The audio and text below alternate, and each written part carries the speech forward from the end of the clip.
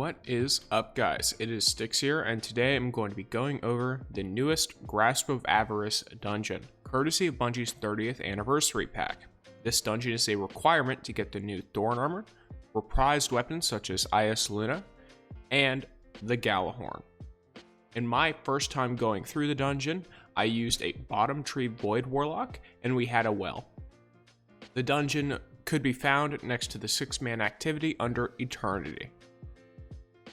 Now, when you first load into the dungeon, you'll be met with a very familiar location to some veteran players, the site of the infamous loot cave from Destiny 1 in the Cosmodrome. You complete this opening encounter by killing all of the hive that are running out of the cave. You then collect the trapped engrams that are dropped by them in order to get stacks of Burdened by Riches, which is a debuff that will kill you when it expires. But you then take these stacks and stand in the cave next to the white crystal in order to deposit them. Make sure that when you need more adds to spawn that you stand a little bit outside of the entrance of the cave to trigger the next wave, very similar to the mechanics of the old loot cave. Once you have fully charged the crystal, a hole in the ground will open.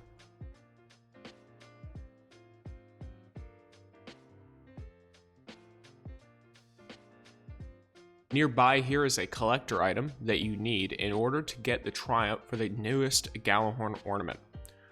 Continue along this path until you get to an opening in the wall and then jump into the ravine.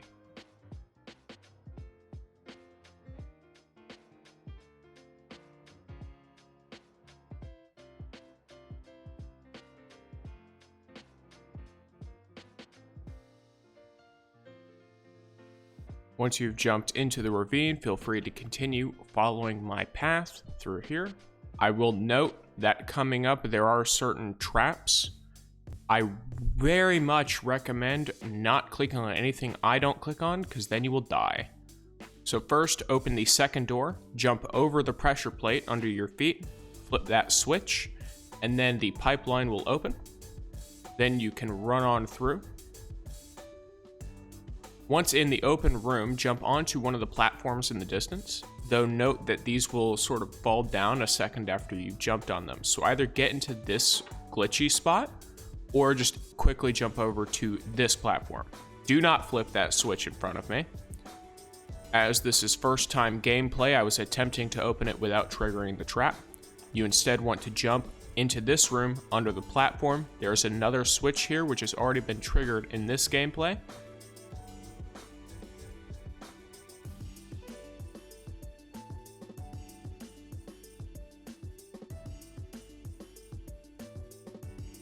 Follow along for this bit of parkour here. And then as shown in the map of that room before, there is one safe pipe, which is the one in the far right. And then once again, you can continue to follow along here.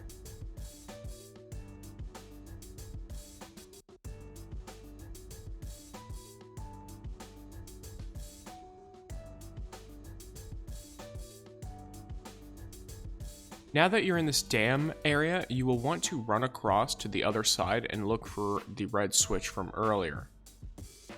Now, this has already been done somewhat in this gameplay I'm showing you, but you will need to flip a switch in that room, and then you will want to open the closest platform to the opposite side that you can. You will then want to use this platform to jump across to the platform you just saw me jump onto, which is essentially all the way down and on the right. I recommend using something like Titan, Lion Rampant, or Sword Flying in order to get there, especially if you're trying a solo flawless. You will then flip the switch that's in here, which will switch which doors are open and closed to make it easier for teammates to get across and allow them to get here. Now, once you are all here, you will want to open this door, which will open the door across. Feel free to jump to that one. And then you can ignore this switch. I don't know why it's there, but it does just close you into the room. So maybe it has something to do with a secret.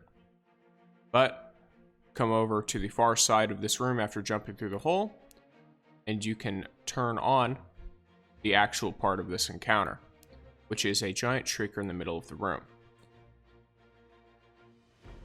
Once you leave out of the platform door, kill the shrieker that is now in the middle of the room and make your way back to the other side.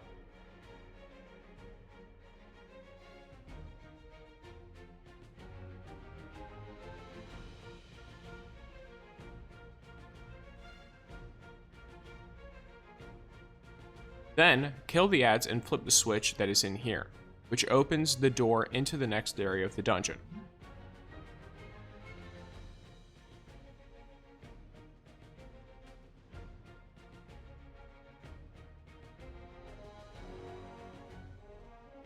Continue through this door as you get into a room of more platforms and more doors. In here, you will learn a new mechanic. So, sort of as we jump on in here, there are a few mobs, but they don't really mean anything. There are doors numbered 1 through 4. Your goal, I believe, is to open door number 2. The way that you do this is by opening the buttons and flipping switches in all of the doors that you see. As you can see sort of in the background here, there will be adds in each room that you will need to kill. And then you will flip the switch, which will open another door, which will essentially cause you to do this 3 times, and then when you open the final room, there will be a vandal in there, which drops a scorch cannon. Now, what you want to do here is you have to damage these machines that have these open little turbine things in them using the scorch cannon. As you can see here, the way we have found to do that in the most ammo efficient way is to hold it down and then release. Now, of course, a little side bit of gameplay here. One of the secret chests, if you have looted some, is right over here if you are not an idiot and don't fall like I do.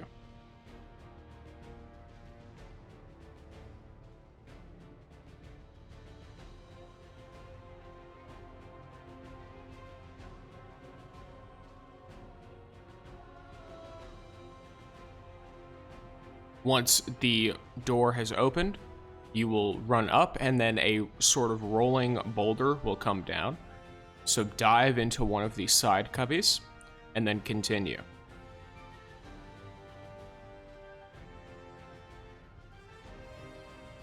Follow along here to get into the next area.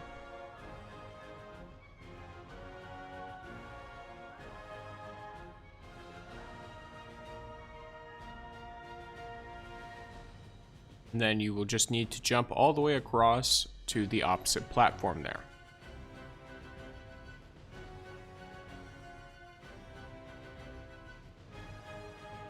And then you will come to the first true encounter of this run.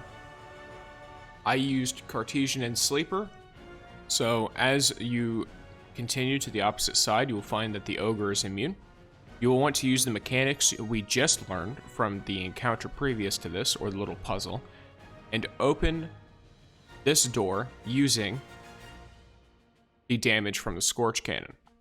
Once the door is open, there will be a bunch of adds inside that will drop more Burdened by Riches debuff cubes, or engrams. Pick these up and deposit them at the white crystal we passed on our way into the boss room. And then this will remove the boss's immune status somewhat. It will give you a little text message in the bottom left of your screen that will say that the ogre has succumbed. Once you get this message, you are able to do boss damage. Now, this message requires turning in all of the engrams on both sides, so make sure you have enough Scorch Cannon shots to do so. A new Vandal with a Scorch Cannon will spawn once you run out of ammo for the current one. As you can see, it is very difficult to sort of aim it correctly in there because there are some sort of iffy spots. But once you do the right amount of damage, you can just go on in and murder everything. Now, you most likely will not want to cut it as close as I did here. And instead, you could just, you know, turn them in when you get them. But as you can see, the boss succumbs, and then you can proceed to do damage. Now, I highly recommend here 1K or Cartesian Coordinate.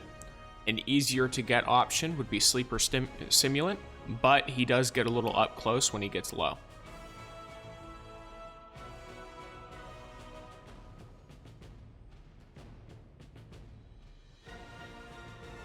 You will then repeat this for as many phases as it takes in order to kill the boss.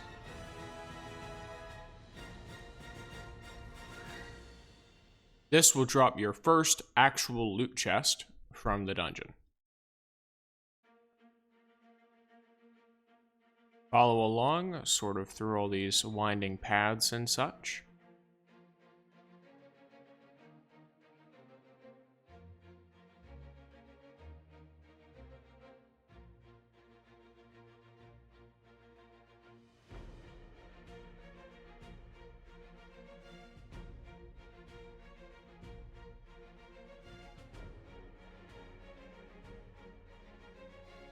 And you will eventually enter a room with 2 switches.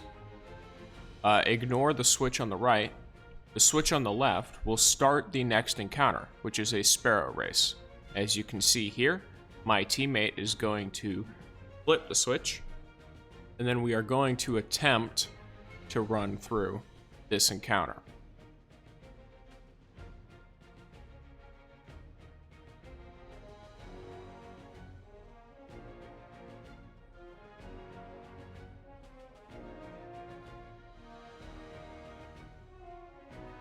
Now do keep in mind that this is a timed sparrow race. You are going to attempt to disarm these mines as you run through.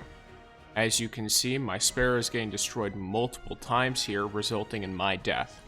As such, if you have the always on time sparrow, you will have a much easier time here, as that will cause mobs to be less aggressive towards you and your sparrow will be faster. Now as you can see, I sort of dove into this white object on the ground.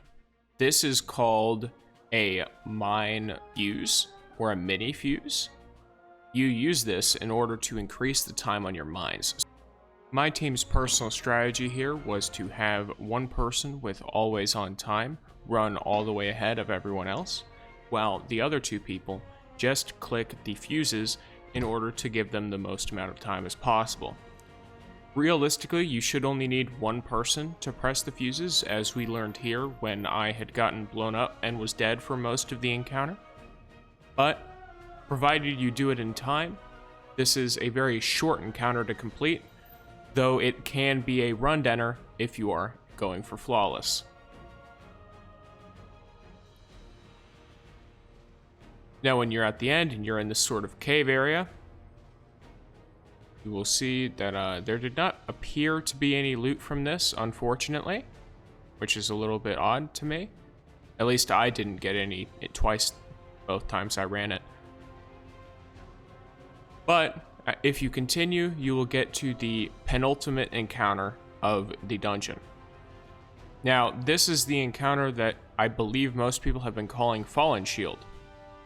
Now, the basis of this encounter is that when you spawn into the room, when you come in, there is a vandal with a scorch cannon. You use the mechanics we have learned before of firing the scorch cannons into these little devices with cylinders in them, and then the power from that allows you to fire the cannon.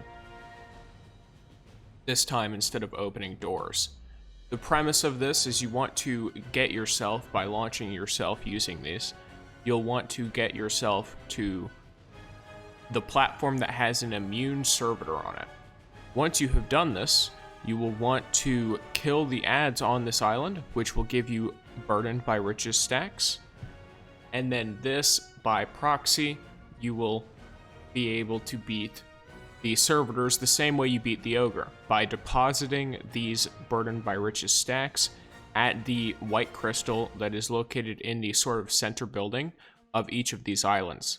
Once you have killed the servitor, it will drop its body, which you will want to then fire at these sort of, they look almost like pimples in the side of the shield. And then these, once they have been fired at, will destroy parts of the shield, taking down its health bar. And once you have done that on every island that it allows you to, the encounter will end and your loot will spawn in the very middlemost island. Overall, it's pretty simple to do once you've got it figured out. It was definitely, on our second run, one of the faster encounters. But on my first run here, as you can see, it was somewhat of a trial and error. Now, I have learned that due to the way that these fire, you can just shoot. You can just shoot the device that it's wired into immediately, rather than having to wait for it to do high damage like before. So a lot of the time we just stood under these in our like second and third runs, and then we just shot it from far away. Also note, you must be standing directly under it for it to fire you.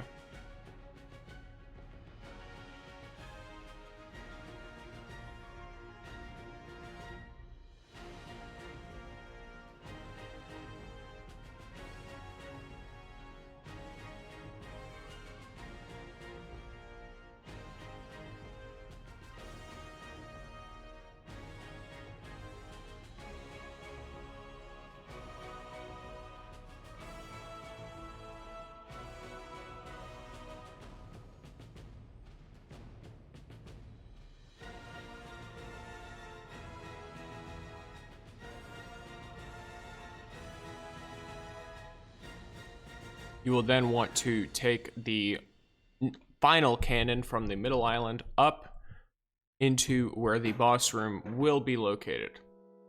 Once you have come up here, just follow along, and then you will enter the boss room. There's a place to put your raid banner. And then what you will want to do with that is sort of set yourselves up to look for a Scorch Cannon Vandal. Because the way you have to do the boss fight is you will kill the 2 mini bosses. That way they won't kill you when you're attempting to collect and deposit the Burden by Riches stacks that you will need in this boss fight. You will then use the Scorch Cannon to shoot at the 2 opening cylinders on either side of the boss platform that are facing the 2 side platforms.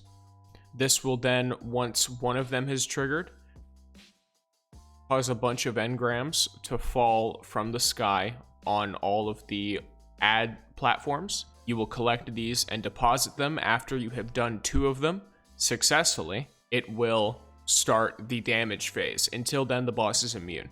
We could 1-phase this, but it was much easier to go for a 2-phase depending on how you're set up. So if you are looking for survival, I would recommend maybe, especially if you're solo, going for a 3 or 4-phase. It is entirely up to you. But either way, the only place where we seemed to get Eyasluna was this final fight. So that is what we will be grinding when they fix the unfortunate bug that causes this to not give weekly loot. Or to not give repeatable loot every week.